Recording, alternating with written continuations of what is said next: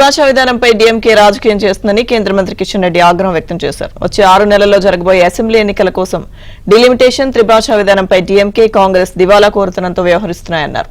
ఇక మోదీ ప్రభుత్వం ఏ రాష్ట్రంపైనా హిందీని కేంద్రం బలవంతంగా రుద్దబోదన్నారు. తమిళనాడులో బయటకు వచ్చిన లిక్కర్ స్కామ్ పై దర్యాప్తు జరుగుతున్న నేపథ్యంలో డైవర్షన్ పాలిటిక్స్ కు తెరతీశారన్నారు. డిలిమిటేషన్ పై అఖిలపక్ష భేటీ కూడా ఎన్నికల ఎత్తుగడని కిషన్ రెడ్డి ఆరోపించారు. నేషనల్ ఎడ్యుకేషన్ పాలసీ, 2 పార్లమెంట్ నియోజకవర్గాలకు సంబంధించినటువంటి డీలిమిటేషన్, ఈ రెండింటి మీద కూడా డిఎంకే వైఖరి గాని కాంగ్రెస్ పార్టీ వైఖరి గాని దివాలా కోరుతనంతో వ్యవహరిస్తూ ఉంది. ఈ యొక్క పాత నాటకానికి కొత్తగా వేయడం కోసం రంగులు పూసుకుంటున్నారు.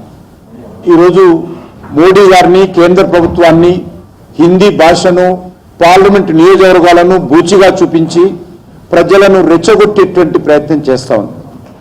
ఇటీవల తమిళనాడులో లిక్కర్ సరఫరాకు సంబంధించినటువంటి కుంభకోణము తెరపైకి వచ్చిన విషయం అందరికీ తెలుసు. అందులో అనేక మంది డిఎంకే నాయకుల యొక్క ప్రమేయం ఉంది. కోట్ల రూపాయలు ప్రజాధనాన్ని దోపిడీ చేసినటువంటి విషయంలో దర్యాప్తు జరుగుతున్నటువంటి నేపథ్యంలో దాని నుంచి కూడా దృష్టి మళ్లించేటువంటి ప్రయత్నం చేస్తూ ఉన్నారు. మోడీ గారు వచ్చిన తర్వాత ఏ ఒక్క వ్యక్తి పైన కానీ, ఏ ఒక్క రాష్ట్రం పైన కానీ, ఏ ఒక్క అంశం పైన కానీ హిందీని బలవంతంగా రుద్దినటువంటి సంఘటన ఈ దేశంలో ఒకటి కూడా లేదు. ఇప్పుడు ప్రవేశపెట్టినటువంటి 2020 న్యూ ఎడ్యుకేషన్ పాలసీలో బలవంతంగా ఎవరి మీద కూడా ఏ భాషను రుద్దేటువంటి అవకాశం లేదు.